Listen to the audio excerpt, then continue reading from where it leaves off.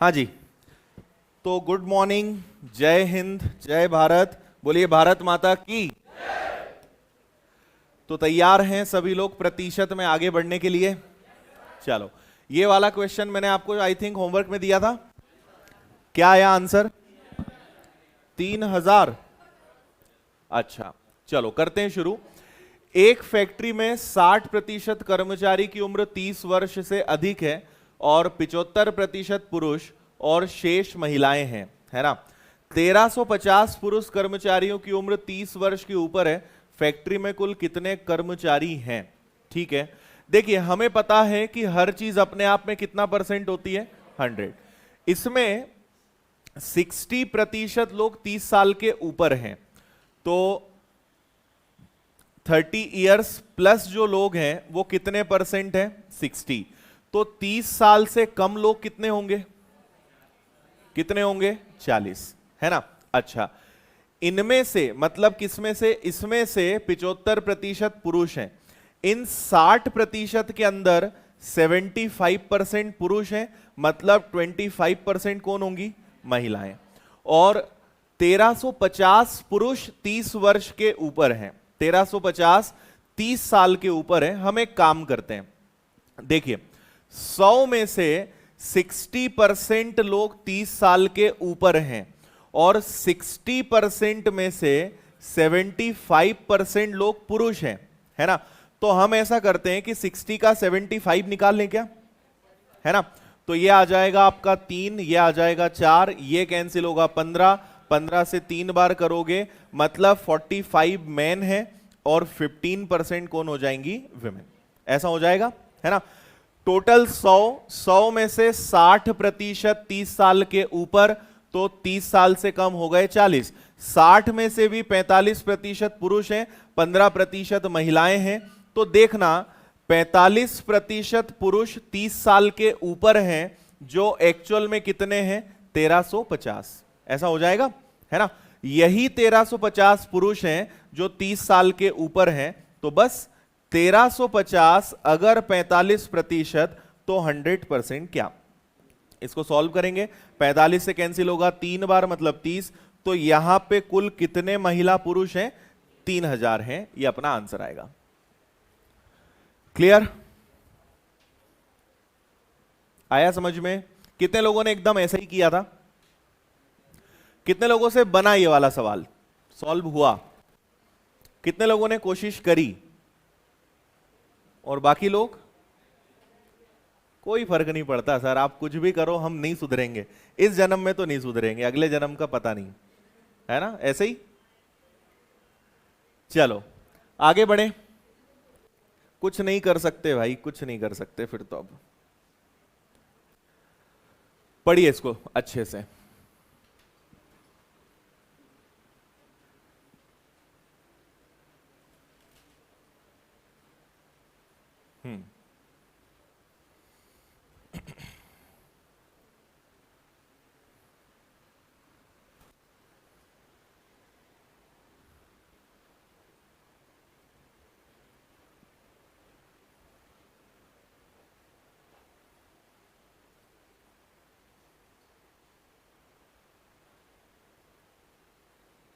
ठीक है,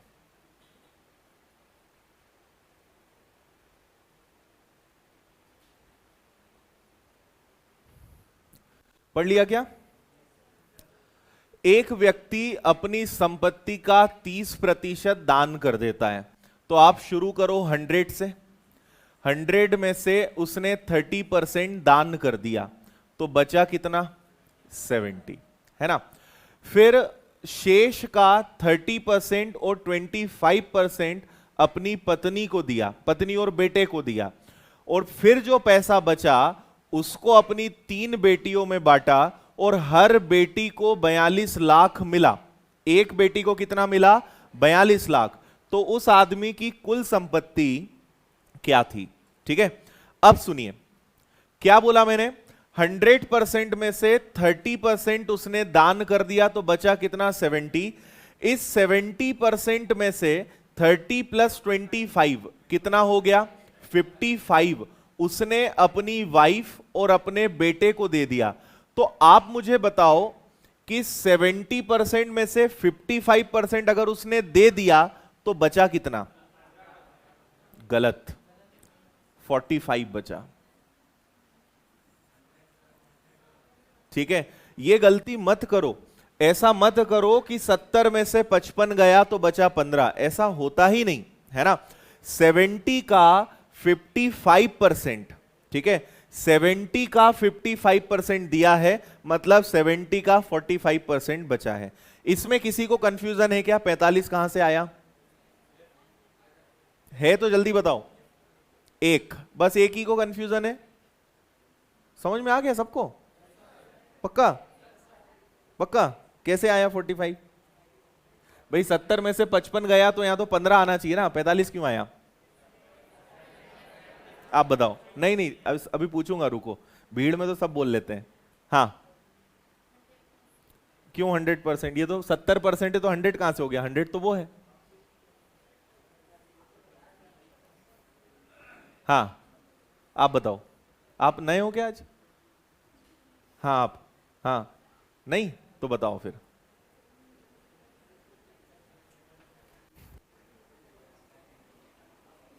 क्या हुआ?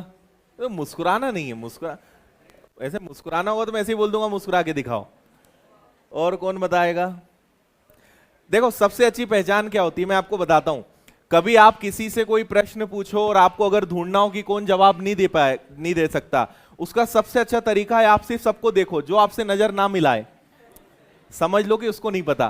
क्योंकि क्या होता है, जिसको नहीं पता होता है वो नजर नहीं मिलाता। क्यों? क्योंकि नजर मिला ली और सर ने अगर मुझसे ही बोल दिया तो कि चलो तुम बताओ, तो जो नजर नहीं मिलाता ना, मैं उसको पकड़ता हूं हमेशा। सही है कि नहीं? अच्छा बताओ, है ना। तो जो नजर, अच्छा अब इस चक्कर में आप क्या जानबूझ के मुझे देखोगे, तो इससे फिर और पकड़ में आओगे कि हाँ अब एक्टिंग कर रहे हो। ठीक है, चलो तुम बताओ।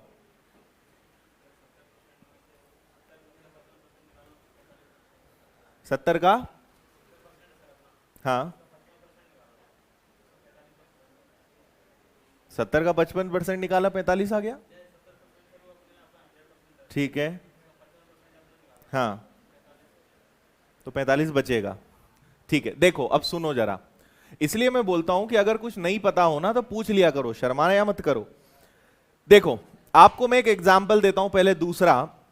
मान लीजिए मेरे पास 20 रुपए हैं और मैंने 20 रुपए का 80% किसी को दे दिया।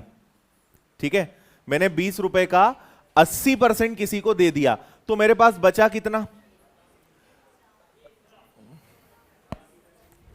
20 का 80% कितना होता है? आप अगर 20 का 80% निकालने जाओगे तो कितना आएगा? 16। मतलब 20 रुपए में से मैंने कितना दिया है? 16। तो मेरे पास बचेगा कितना? 4। अब आप एक बात समझो कि 20 का अगर 80% दे दिया, मतलब 20 का 20% बचेगा ना। 20 का 80% दे दिया तो 20 का 20% बचा। 20 का 80% अगर 16 होता है तो 20 का 20% कितना होगा? 4।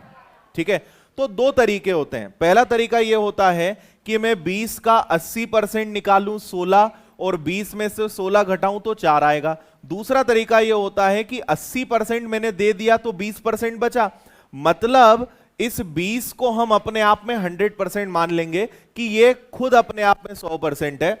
इसका मैंने 80% दिया तो इसी का 20% बचा ना। नहीं आया समझ में? इसका 80% दिया तो इसी का 20% बचा। वही बात यहां है, ये 70 को हम अपने आप में क्या मान रहे हैं? 100%।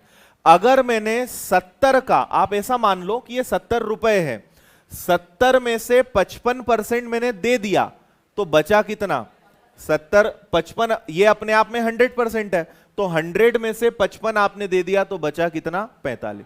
तो जो हम ऐसा मानते हैं, ये क्यों मानते हैं? क्योंकि इसको हम अपने आप में 100% मान लेते हैं कि अपने आप में 100% है। इसका 55% दे दिया, मतलब इसी का 45% बचा। नहीं तो क्या करना पड़ेगा मैं आपको बताता हूं। पहले तो 70 का 55% निकालो, ठीक है, फिर जो भी आएगा उसको आप जब 70 में से घटाओगे तो आपको कोई एक वैल्यू मिलेगी। तो 70 का 55% निकालकर घटाने पे वही आएगा जो 70 का 45% निकालने पे आएगा। अब आया होगा शायद आपको समझ में कि क्या चर्चा चल रही है। वापिस प्रश्न पे आते हैं। ये चुनाव वाले प्रश्न में बहुत काम आएगा, इलेक्शन वाले क्वेश्चंस में ये टेक्निक बहुत काम आती है। अब सुनिए यहां पे ध्यान से, मेरे पास 100% था, 30% दान कर दिया, 70% बचा। 70% पत्नी और बेटे को दे दिया तो बचा कितना? 70 में से 55 दे दिया, मतलब 70 का 55 दे दिया, 70 का कितना बचा? 45। और अब कितना बचा है? जो भी बचा था उसको 3 हिस्सों में बांटा और हर लड़की को कितने रुपए दिए? 42। तो मुझे एक बात ध्यान से बताना कि मेरे पास बचा था 70%, 70% का 55% दे दिया, मतलब 70 का 45% बचा था, और जो बचा होगा वो मैंने 3 बेटियों को दिया। तो एक को अगर 42 लाख दिए तो 3 को कितना दिया होगा? 126 लाख। मतलब इतना पैसा टोटल था, 126 लाख रहा होगा, जिसको हमने 3 में बांटा, तब जाके वो 42 लाख हुआ। मतलब 70 का 45% 126 लाख के बराबर है। आया समझ में? अब आपको इसको बस सॉल्व करना है। तो 126, ठीक है, ये दोनों परसेंटेज नीचे जाएंगे, 70, 45, और इन दोनों के 2 बार 100 ऊपर जाएंगे, है ना? क्या क्या हो सकता है यहां पर? हाँ, 400 आ जाएगा, ठीक है। आपका 0 से ये 0 कट गया, 7 से इसको उड़ा दो, 7 से कितनी बार हो जाएगा? 18 बार। फिर 9 से उड़ा दो इसको 2 बार, 9 से इसको 5 बार, और 5 से ये हो जाएगा आपका 20 बार। 20 का दुगुना 40, 40 का 10 गुना। उस व्यक्ति के पास 400 लाख रुपए थे। ये आपका आंसर आएगा बी वाला। ठीक है, समझ आया? दूसरा तरीका इसमें क्या हो सकता है कि आप 70 का 45% निकालो, है ना? ये कैंसिल हुआ, 35 का 5 कैरी हुआ, 3 7 28, 28 और 3 31.5। फिर आप क्या करोगे? 126 लाख अगर 31.5 है तो 100% क्या आंसर? इससे भी 400 आएगा। तो जब 70 का 45% निकाल के भाग ही देना है तो हम क्यों ना इन दोनों को रख दें। इसलिए हमने उसको और सॉल्व नहीं किया, और ये इसमें हमने अपना समय खराब नहीं किया, डायरेक्ट कर लिया। आया सबको समझ में? कुछ बच्चे पूछ रहे हैं ऑनलाइन में 126 कैसे आया? 3 बेटियों को 42 लाख रुपए उसने दिए, तो इसका जब गुणा करोगे मतलब उसके पास कितने रुपए बचे होंगे? 126। इसलिए ये 126 हमने यहां लिया। आया? बढ़े आगे? हाँ या ना बोला करो एक साथ। अब नहीं, इसको करो।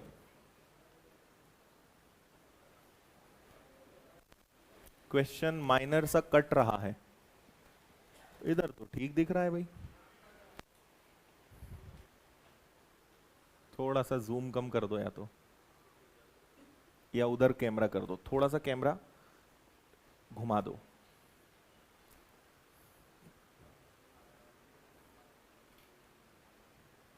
अभी पीछे, ठीक है?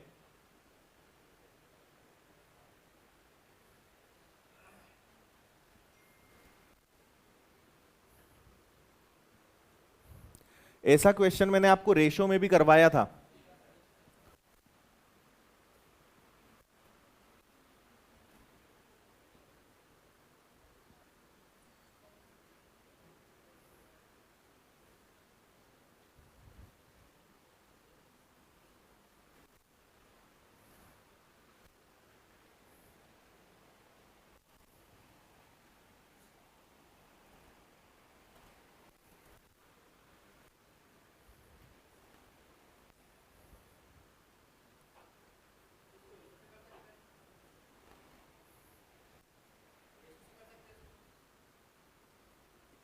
कर सकते हैं, पर देखते हैं।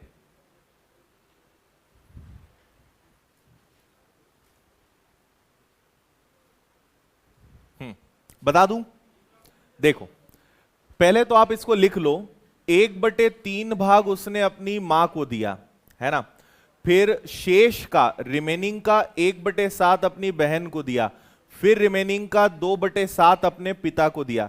ये सवाल तो आपको शायद मैंने कल बताया था, वो एक व्यक्ति अपने घर से कुछ रुपए लेकर निकला, फिर 75% हार गया, 25% बचा, याद आया?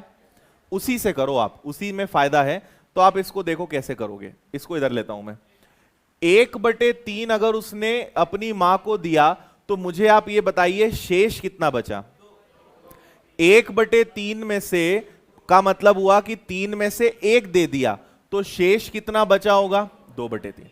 फिर इसके बाद 1/7 अपनी बहन को दे दिया, तो बचा कितना होगा? 6/7। 2/7 अपने पिता को दे दिया, तो बचा कितना होगा? 5/7। और जब भी ऐसे सवाल आते हैं कि शेष, फिर शेष का शेष, रिमेनिंग का रिमेनिंग, ऐसे केस में हम हमेशा किसको लेते हैं? शेष को, है ना। उसके बाद आखिरी में 42,000 रुपए बचे, तो मान लीजिए शुरू में 100 रुपए थे, इतना दिया तो इतना बचा 2/3, फिर 6/7 और फिर 5/7, और ये सब किसके बराबर है? 42,000 के। करिए जरा इसको जल्दी से।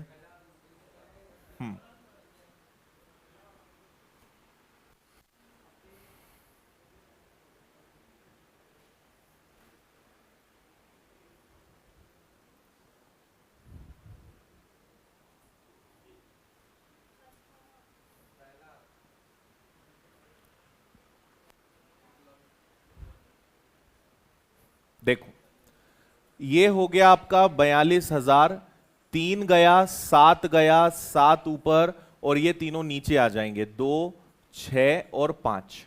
ठीक है, कुछ डायरेक्ट कैंसिल होने जैसा है क्या? 3 से ये हो जाएगा आपका बस 2 बार, और कुछ 5 और 2 10 से ये 0 चला गया, और 2 से ये 2100 हो गया। तो 2100 को आप 49 से मल्टीप्लाई करोगे, 9 carry 2, 98 plus 4 102, 1,02,900 is the right answer, option A. आ गया समझ में? हमने लास्ट जो क्वेश्चन देखा था उसमें यह था कि 75% हारा तो 25 बचा, वो परसेंटेज में था, और ये वाला क्वेश्चन फ्रैक्शन में है। 1/3 उसने दिया, 3 में से 1 दिया, 2/3 बचा, 7 में से 1 दिया, 6/7 बचा, 7 में से 2 दिया, 5/7 बचा। और जब भी ऐसा रिमेनिंग वाला क्वेश्चन हो तो ऑलवेज जो रिमेनिंग है उसको आप लेंगे। इतना समझ गए सभी? बढ़े आगे, इसको करिए।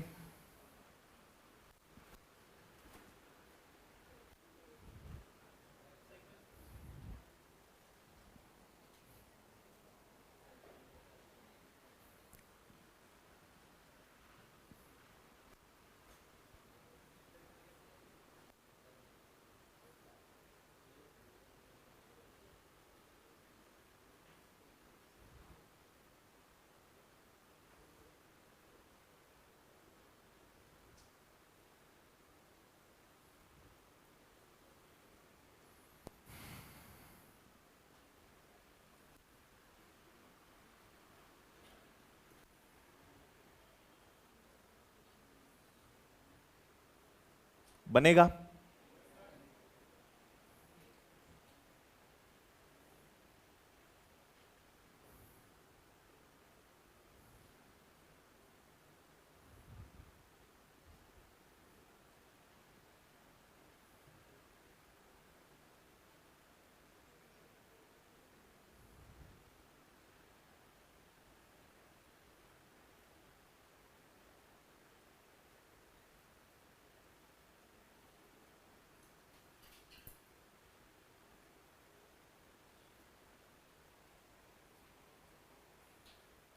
बता दूं? देखो ऐसे केस में सबसे अच्छा तरीका यह होता है कि आप यहां पे फ्रैक्शंस को देखते हुए, भिन्न को देखते हुए कोई वैल्यू एज्यूम करो, कुछ मानो, वो आपके लिए ज्यादा बेटर रहेगा। किसी कार्यालय में स्टाफ का 1/3 महिलाएं हैं, है ना। तो चलो पहले तो हम ऐसा करते हैं कि मेन और विमेन लेते हैं। 1/3 महिलाएं हैं, मतलब 3 में से 1 महिला है तो 2 पुरुष होंगे, है ना। फिर महिलाओं का 1/2, जितनी महिलाएं हैं उसमें से 1/2 शादीशुदा हैं, मतलब आधी आधी।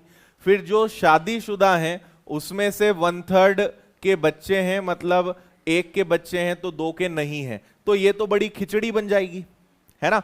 तो आपको क्या करना है, यहां पर कोई संख्या माननी है। आप कुछ भी मान लीजिए। पहले देखो कैसे संख्या मानोगे वो सुनना। पहले उन्होंने बोला है 1/3, फिर बोला है 1/2, फिर उन्होंने बोला है 1/3। इनका आप गुणा कर लीजिए, गुणा करिए और बताइए क्या आएगा। 1/18। तो आप एक काम करो, क्योंकि इन्हीं संख्याओं से हमें भाग देना है भाई। अगर मैं यहां पे 18 मान लूंगा तो 3 से ये 3 से कितनी बार कट जाएगा, 6 बार। 2 से कट जाएगा 3 बार, 3 से 3। मुझे ऐसी संख्या लाना है कि वो इनसे कट जाए, तो 18 से बढ़िया कोई संख्या नहीं हो सकती।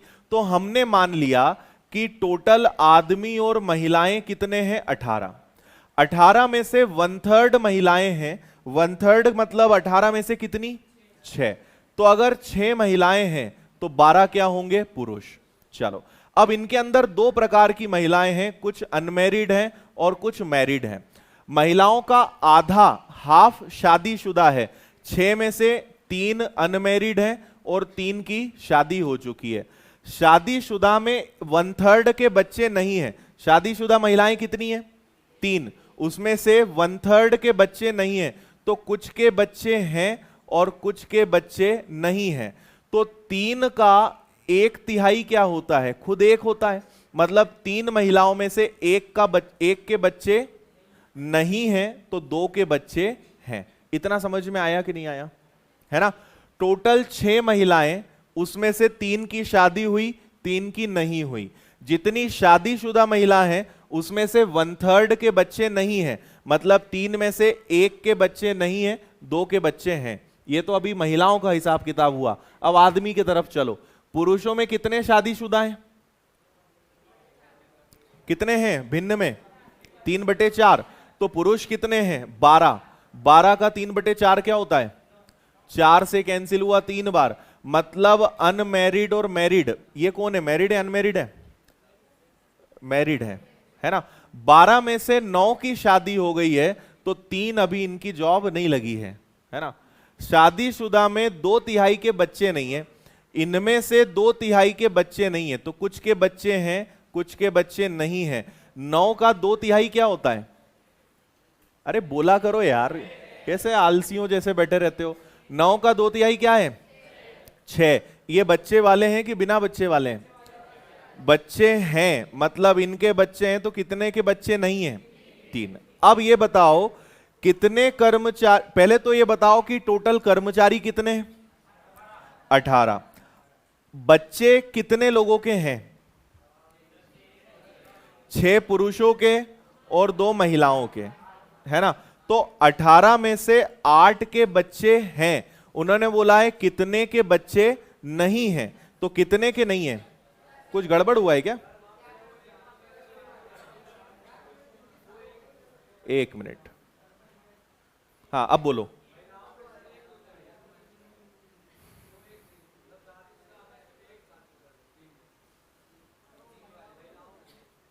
शादीशुदाओं में 1/3 के बच्चे भी हैं, मतलब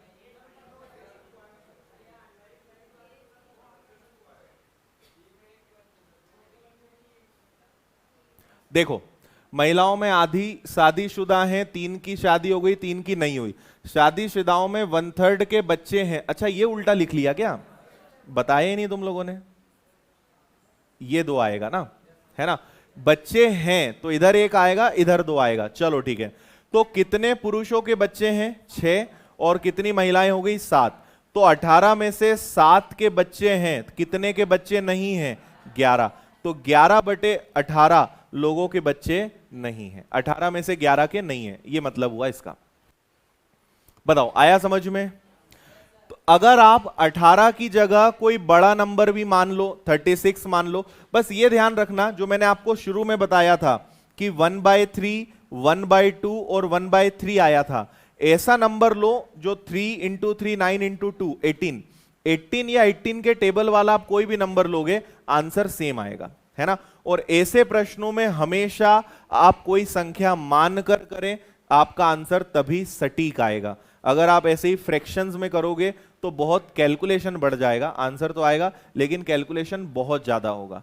तो ऐसे केस में, और ये सिर्फ प्रतिशत में नहीं, पूरे मैथ्स में कहीं भी अगर फ्रैक्शंस ज्यादा हैं, भिन्न ज्यादा है, आप हमेशा कोई वैल्यू वहां पर माने, कोई दिक्कत नहीं आएगी। समझ में आया? पक्का? ठीक है, इसको रेशो से नहीं करेंगे। हाँ, 12 अगर लेते हैं तो कहीं ना कहीं उलझ जाएगा, मतलब पॉइंट में, या वो डिवाइड नहीं होगा। अगर आप 12 लोगे तो 12 लोगे तो ये हो जाएगा आपका कितना, 8 और 4 है ना, 1/3 है ना। हाँ, तो ये 8 हो जाएगा, ये 4 हो जाएगा, ये 2 और 2 हो जाएगा, लेकिन 2 का 1/3 नहीं निकाल पाएंगे ना, इसलिए दिक्कत होगा। क्योंकि 2 का 1/3 निकालोगे तो 2 महिलाओं में से 2/3 के बच्चे हैं, अब इसको कैसे करोगे, इसलिए 12 दिक्कत दे देगा। हाँ, इसको करिए। इस प्रश्न को कम से कम 3 बार पढ़ना, कम से कम, और जितना ज्यादा पढ़ लो उतना अच्छा।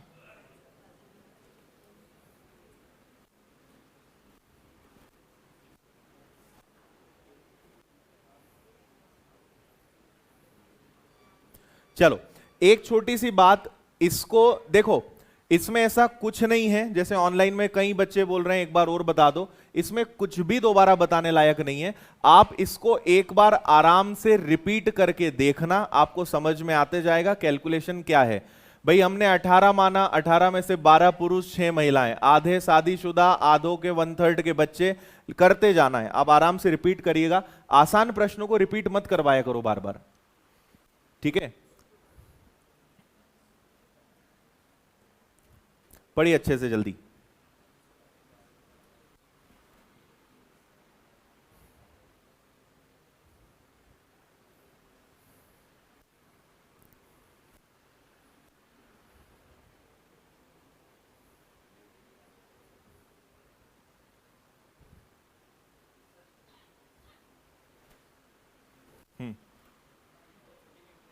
क्या?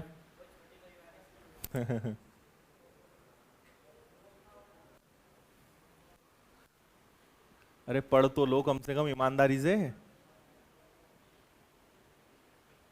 मैंने 3 बार बोला ना, कई लोग एक ही बार पढ़ा बस उसको, और ऐसा मान के चल रहे हैं कि हाँ आ गया सर समझ में हमको। तो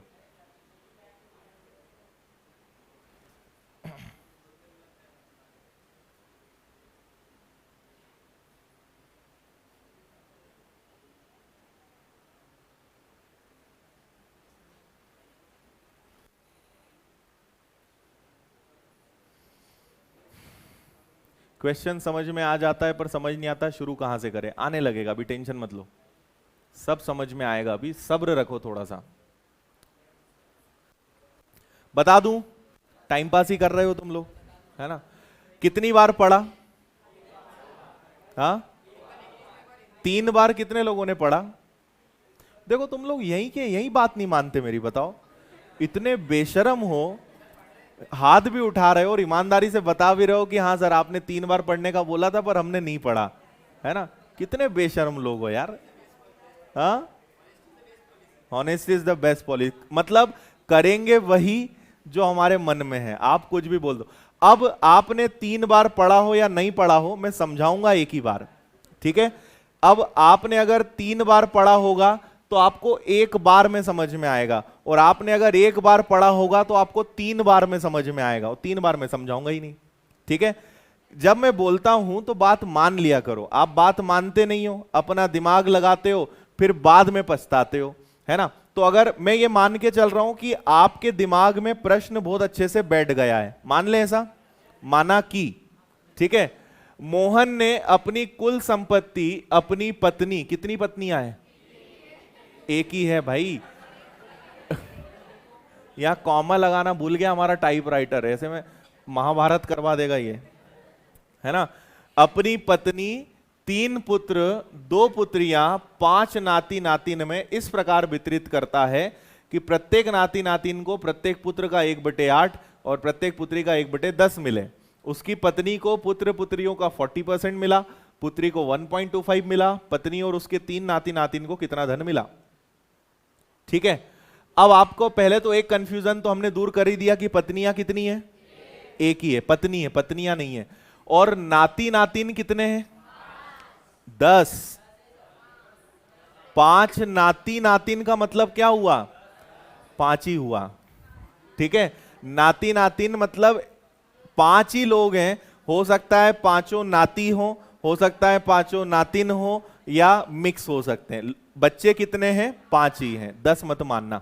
ठीक है, अब आगे सुनिए सबसे खास बात। प्रत्येक नाती नातिन को प्रत्येक पुत्र का 1/8 मिला। नाती नातिन को इंग्लिश में क्या बोलते हैं? ग्रैंड चिल्ड्रन, उसमें दोनों आ जाते हैं। ग्रैंड सन मतलब नाती, ग्रैंड डॉटर मतलब नातिन, और ग्रैंड सन मतलब दोनों आ जाएंगे उसमें। ठीक है, तो हम ऐसा बोलते हैं कि प्रत्येक नाती नातिन को, एस मतलब सन, ध्यान से सुनते जाना, इधर उधर ध्यान बिल्कुल मत अपना खोने देना, एक ही बार बताऊंगा, अच्छे से सुनना।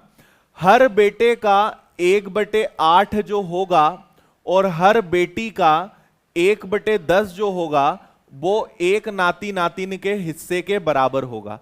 जीएस मतलब ग्रैंड सन मतलब नाती नातिन, डी मतलब डॉटर, एस मतलब सन। अब आप फिर से ध्यान से पढ़ो, इसलिए बोलता हूं पढ़ा करो ध्यान से। प्रत्येक पुत्र का 1/8 और प्रत्येक पुत्री का 1/10। प्रत्येक पुत्र का 1/8, प्रत्येक पुत्री का 1/10, ये क्या है? प्रत्येक नाती नातिन का हिस्सा है। मतलब हर लड़के के पास जितना पैसा होगा उसका अगर आप 1/8 निकालोगे तो वही धनराशि आएगी जो हर लड़की के पास जितना पैसा है उसका 1/10। और इसका 1/8 निकालो या इसका 1/10 निकालो, दोनों वैल्यू बराबर आएंगी और उतना ही पैसा किसके पास है? एक नाती नातिन के पास है। आ रही बात समझ में? इतना आपने अगर समझ लिया तो आपको आराम से अब पूरी बात समझ में आएगी। हर पुत्री के पास कितना पैसा है?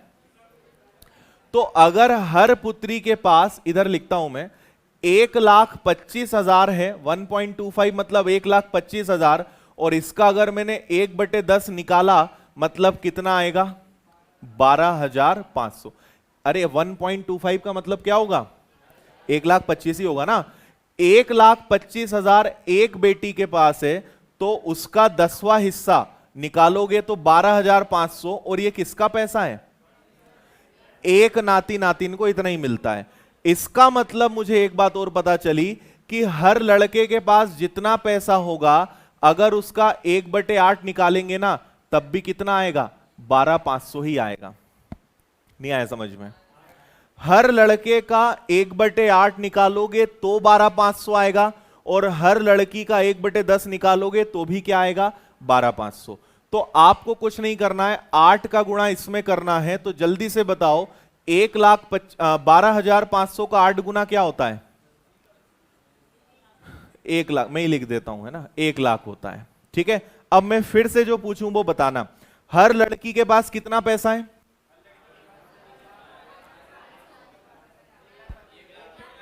अरे देवी देवताओं, ये लिखा है ना 1,25,000, सुन तो रहे नहीं हो। 12,500, 12,500 किसके पास है? एक नाती नातिन के पास है 12,500। एक पुत्री के पास कितना? 1,25,000। एक बेटे के पास कितना? 1 लाख। इतना किसी को समझ में नहीं आया हो तो बोलो, आया? बेटी का 1/10 12,500, ये एक नाती नातिन का हिस्सा है, और एक लड़के का 1/8 निकालने पर भी 12,500 आएगा। तो हर लड़के के पास 1 लाख रुपए है। अब आगे चल रहे हैं, अब पत्नी का हिसाब किताब देखते हैं। उसकी पत्नी को पुत्र पुत्रियों का 40% मिला। ठीक है, सभी पुत्र पुत्रियों के पास जितना पैसा होगा उसका 40% किसको मिलेगा? पत्नी को। तो मुझे यह बताओ कि लड़के कितने हैं उसके? कितने हैं? 3 हैं। एक लड़के के पास कितना? तो 3 के पास कितना? 3 लाख। फिर लड़कियां कितनी हैं? 2। एक लड़की के पास कितना है? 1,25,000। तो 2 के पास कितना? 2,50,000। इनका योग कितना? 5,50,000। और इसका 40% कितना? 2,20,000। ये किसका पैसा है? पत्नी का है। आ गया समझ में? अब आखिरी मुद्दे पर चलते हैं। उन्होंने बोला कि उसकी पत्नी और 3 नाती नातिन के पास कितना है ना, तो पत्नी के पास कितना है, बोलो 2,20,000। और नाती नातिन पांचों नहीं लेना है, कितने लेना है, 3। एक के पास कितना, तो 3 के पास कितना, 37,500। 12,500 का 3 गुना 37,500, इनको जोड़ दो दोनों को, अगर जोड़ सको तो कितना आएगा, ये आ गया आपका 500, ठीक है। फिर कितना चला गया इधर 7, और ये हो गया 5, और फिर हो गया 2, यही आ रहा है क्या, 2,57,500। सी इसका आंसर है। समझ में तो नहीं आया होगा। कैसा लगा सवाल, आप तो ये बताओ, टफ था या इजी था? इजी था। चलो लिखना है तो लिखना है क्या आपको, जल्दी से लिख लो।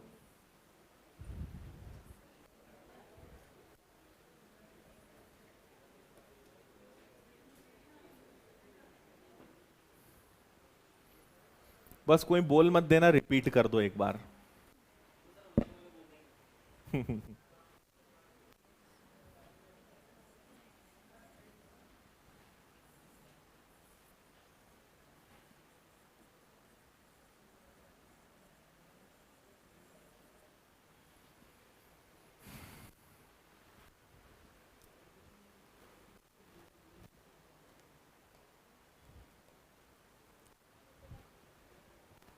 हो गया नोट?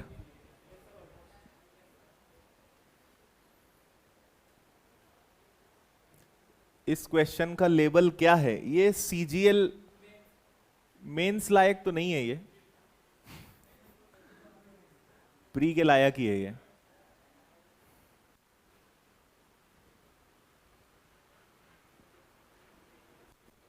बढ़े आगे। अभी तो हमने 100 भी नहीं करा, अभी तो हमें 150 तक जाना है। तो सोचो आगे और कैसे कैसे सवाल आएंगे। तुम लोगों से बैठते नहीं बनेगा थोड़ी देर बाद तो।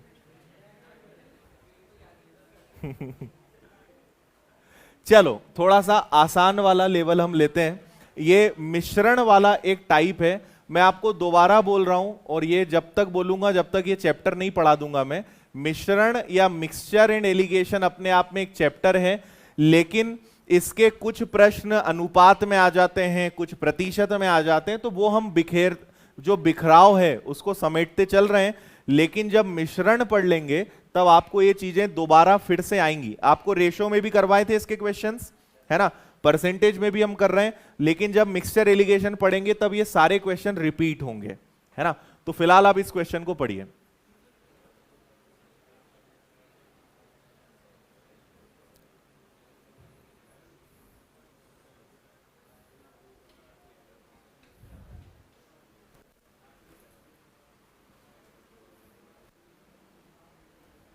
हो गया। 300 लीटर का मिश्रण है, 80% दूध है, 90% दूध हो जाए, कितना दूध मिलाया जाए। मैं आपको इसकी डायरेक्ट ट्रिक बताऊंगा, और इस ट्रिक का लॉजिक क्या है ये आपको मिश्रण चैप्टर में सिखाऊंगा, ठीक है।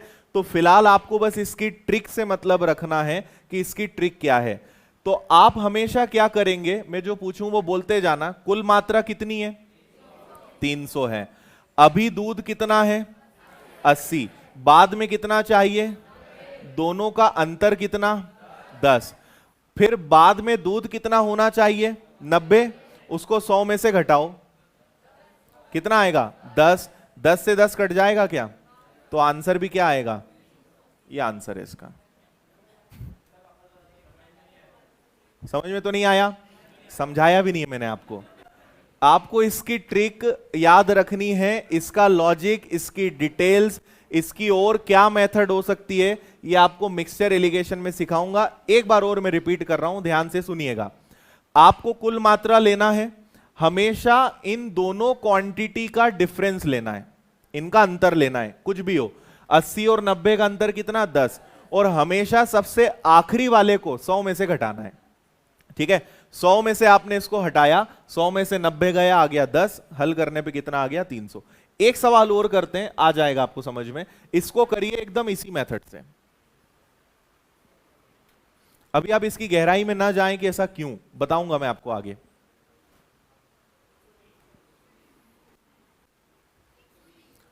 हाँ जी, कुल मात्रा कितनी है? तो आपने कहा सर 600। इन दोनों का अंतर ले लो, 60 और 50 का अंतर बोलो 10, और आखिरी वाले को 100 में से घटाते हैं, 100 में से 50 गया 50, तो ये कैंसिल हुआ, 5 से ये कैंसिल हुआ, आंसर आ गया 120। अब अच्छा लग रहा है? ठीक है, इसको करो।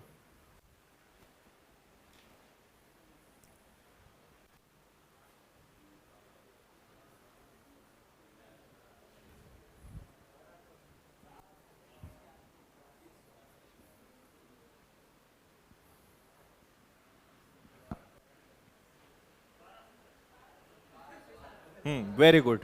कौन सा ऑप्शन है 1200? हाँ, 1200 में वो एक सर ज्यादा हो गया था, 200 आ रहा होगा।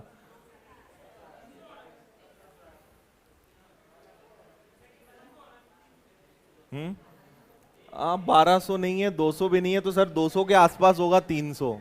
फिर धीरे से कोई बोलेगा सर 300 नहीं 450, फिर 600। हाँ ये देखो 600। चलो, आप यहां क्या करोगे? आपने सबसे पहले लिया 1200, फिर दोनों का आपने अंतर लिया, कितना आया 20, और 100 में से 80 घटा दिया, कितना आया 20, 20 में से 20 गया तो बचा 1200। 1200 ऑप्शन में नहीं है, यहां एक लगा दूं क्या? ऐसा नहीं होगा, ये गलत है आपका मेथड। ठीक है, अब 2 मिनट जरा आप इधर ध्यान से देखें, इस सवाल पे हम बाद में बात करते हैं, पहले इसके पुराने वाले दोनों सवाल पर चलते हैं। यहां पे आप ये देखिए कि ये 80% क्या है बोलो? दूध। फिर कितना दूध मिलाया जाए कि 90% क्या हो जाए? दूध। तो यहां भी दूध है, यहां भी दूध है, यहां भी दूध है। ठीक है, आगे बढ़ो, बताओ फिर यहां पे दूध, कितना दूध? अच्छा, निकाला जाए या मिलाया जाए इससे कोई फर्क नहीं पड़ता, ट्रिक सेम काम करेगी। बस सवाल यह है कि तीनों जगह एक ही चीज की बात हो, है ना? यहां भी दूध है, कितना दूध निकाला जाए? दूध 50 हो जाए। अब आप इस सवाल को देखो, क्या बोला है? 60% दूध है, कितना पानी मिलाएं कि दूध 80 हो जाए? कुछ पकड़ में आया? क्या गलत है? तीनों जगह एक ही बात होनी चाहिए, तभी आप इस ट्रिक को लगा सकते हो। तो सुनना, 60% क्या है? दूध है। कितना पानी निकाला जाए जिससे दूध कितना हो जाए? 80 हो जाए। तो आपको यह करना है कि ये तीनों चीजें सेम होनी चाहिए, है ना? इसके पहले के 2 सवालों में तीनों डेटा सेम था, लेकिन यहां सेम नहीं है। अच्छा, इस पानी को बदल सकते हो क्या? नहीं, इसको पानी ही रहने दो। अब आप ये बताओ कि 60% अगर दूध था, मतलब पानी कितना रहा होगा?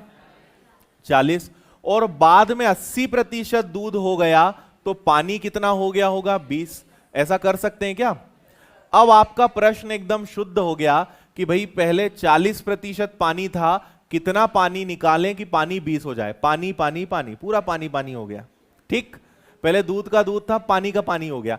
अब आप अपनी ट्रिक लगा लो, तो यहां ले लो 1200, दोनों का अंतर बोलो 20, और आखिरी वाले को 100 में से घटाओ, 100 में से 20 गया 80, 20 से कैंसिल हुआ 4 बार, 4 से कैंसिल हुआ ये, तो 300 जिन्होंने तुक्का मारा था वो बिल्कुल सही जा रहे हैं। ठीक है, समझ में आया? अगर तीनों जानकारियां सेम दी है तो बिंदास तीर छोड़ दो, नहीं है तो पहले उसको कर लो ऐसा। ठीक है, और ये जो रहेगा ना, इसको नहीं बदल सकते आप। भाई इसको दूध कैसे बना दोगे? इसको मिल्क में नहीं बदल सकते, तो ये कभी नहीं बदलेगा, बदलेगा ये दोनों, इनको हम अपने हिसाब से बदल सकते हैं। ठीक, ओके, इसको करिए 96। चलो 100 करना है आज अपने को, सेंचुरी मारनी है।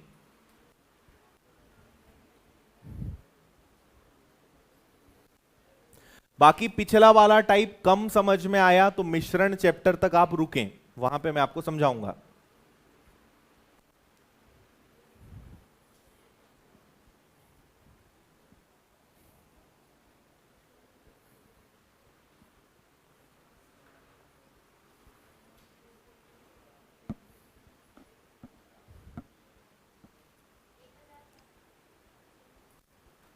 देखते हैं। 2 किलो मिश्रण है, इसमें 30, अरे ये तो सेम क्वेश्चन हो गया ना, ये तो वही वाला है। देखो पहले तांबा, तांबे को इंग्लिश में क्या बोलते हैं? कॉपर। 30% तांबा था, कितना एल्यूमिनियम मिलाएं कि तांबा 20% हो जाए? क्या तीनों जानकारियां सेम है? नहीं है। तो ये एल्यूमिनियम है, तो इन दोनों को भी एल्यूमिनियम में बदलना पड़ेगा। 30% कॉपर मतलब 70% एल्यूमिनियम, 20% कॉपर मतलब 80% एल्यूमिनियम, तीनों सेम हो गए। अब आप अपनी ट्रिक का यूज कर सकते हो। तो 2 किलो का मतलब 2000 ग्राम, क्यों? क्योंकि ऑप्शन ग्राम में है ना। तो 2000 ग्राम हो गया, दोनों का अंतर बोलो 10, और 100 में से 80 को घटाओ 20, 20 से कैंसिल हुआ, 1000 ग्राम एल्यूमिनियम आपको मिलाना है। ये आंसर आ गया। अगर इसको आप 1 किलो रहने दोगे, 2 किलो रहने दोगे तो ये 1 किलो आएगा। 1 किलो मतलब 1000 ग्राम। अब आया समझ में? अब ये अलग है, मिश्रण के ही सवाल हैं लेकिन ये अलग हैं, है ना। ये 4 प्रश्न अलग थे, अब अलग हैं।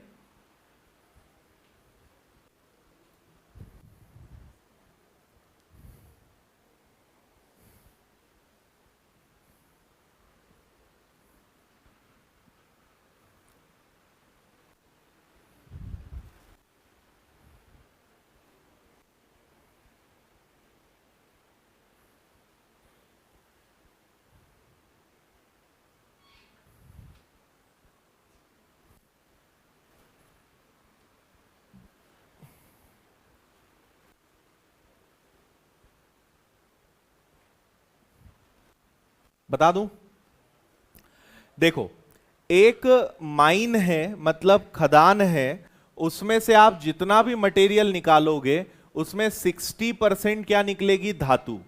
और जितनी धातु निकलेगी, जितनी मेटल्स निकलेंगी, उसका 3/4% सिल्वर रहेगा, और बचा हुआ शीशा, शीशा मतलब लेड, वो रहेगा। खान से 8000 किलो आपका टोटल मटेरियल निकला है, इसमें शीशा कितना निकलेगा? देखिए कितना आसान क्वेश्चन है। टोटल कितना मटेरियल आपके पास है?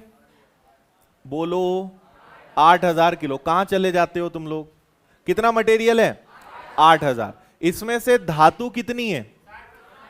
60%। तो 8000 का 60% अगर निकालोगे तो 4800 किलो आएगा क्या? ठीक है। अब इस 4800 किलो, ये धातु है, क्या है ये? मेटल मतलब धातु। इसके अंदर दो चीजें हैं, इसके अंदर है सिल्वर और इसके अंदर है लेड, शीशा और चांदी। इसमें चांदी कितनी है? चांदी कितनी है?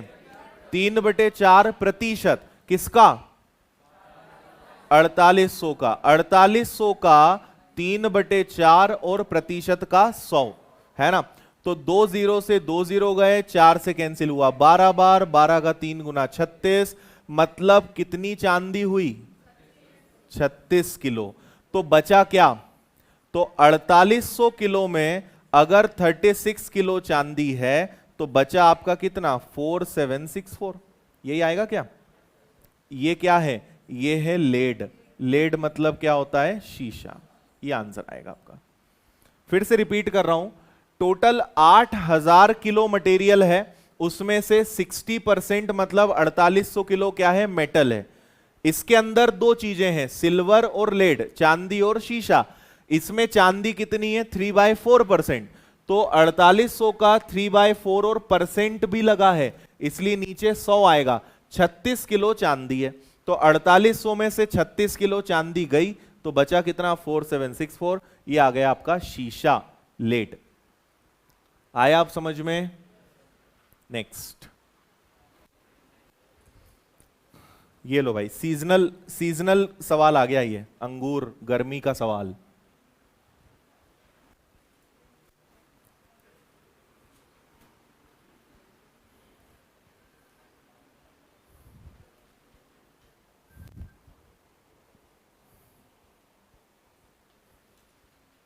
ये सवाल पढ़ा होगा आपने पहले कभी? नहीं पढ़ा?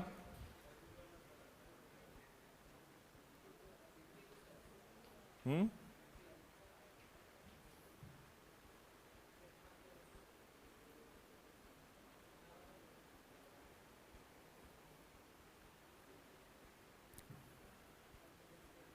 बता दूं?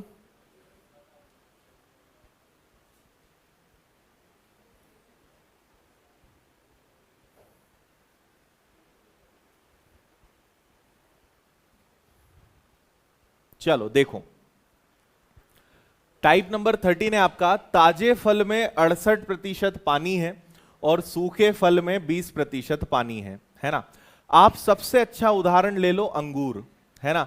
एक तरफ आप ले लीजिए फ्रेश फ्रूट, ताजे फल, और एक तरफ आप ले लीजिए सूखे फल। सूखे फल को इंग्लिश में क्या बोलते हैं? Dry fruit. मुझे यह बताइए कि अंगूर ड्राई फ्रूट है या ताजे फल में आएगा? ताजे। अंगूर को अगर हम 2-4 दिन, 8-10 दिन, एक आध महीने धूप में रख दें तो वो क्या बन जाएगा? ड्राई फ्रूट बन जाएगा। क्यों? पानी उड़ जाएगा तो क्या हो जाएगा? सूख जाएगा। सूख जाएगा तो क्या बन जाएगा? किशमिश बन जाएगा, रेजिन जिसको बोलते हैं, है ना। तो आप ऐसे समझिए, अब कैसा भी फ्रूट हो, अंगूर हो या अंगूर को सुखाने के बाद किशमिश बना हो, है ना, पानी दोनों में होता है कि नहीं होता है? किसमें ज्यादा होगा? अंगूर में। फ्रेश, जैसे आप तरबूज ले लो, ठीक है, तरबूज एकदम फ्रेश आप काटो, कई लोगों के मुंह में पानी आ रहा है ना। अब तो और ज्यादा मैं ऐसी बात करूंगा फिर। तो आपने बढ़िया, एक बहुत बढ़िया लाल रंग का और एकदम रस भरा आपने तरबूज काटा, ठीक है, और आपने उसको थोड़ी देर धूप में सूखने के लिए रख दिया, क्या होगा?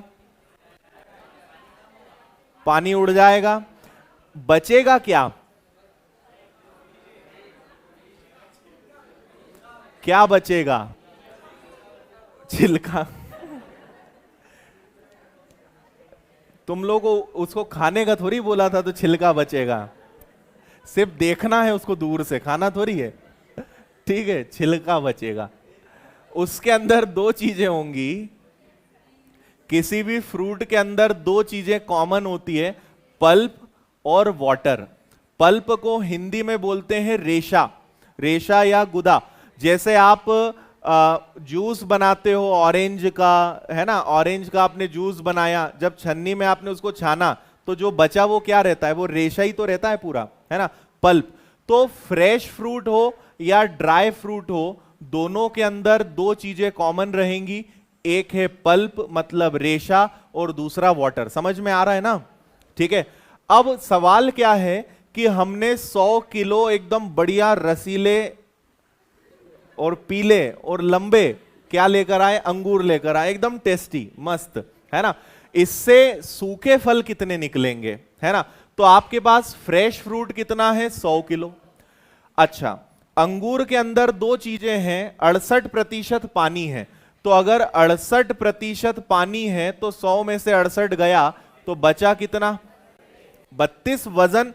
अगर 100 किलो अंगूर है तो उसमें 68 किलो वजन पानी का है और 32 किलो वजन किसका है?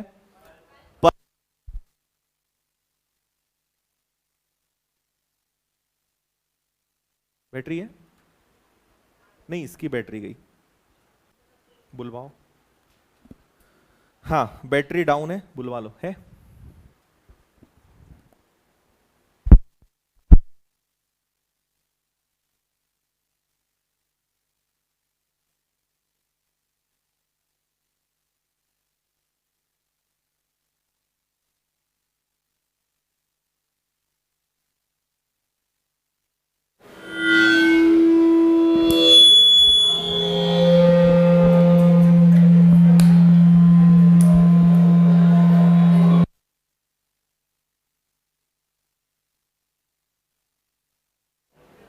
अब ठीक है?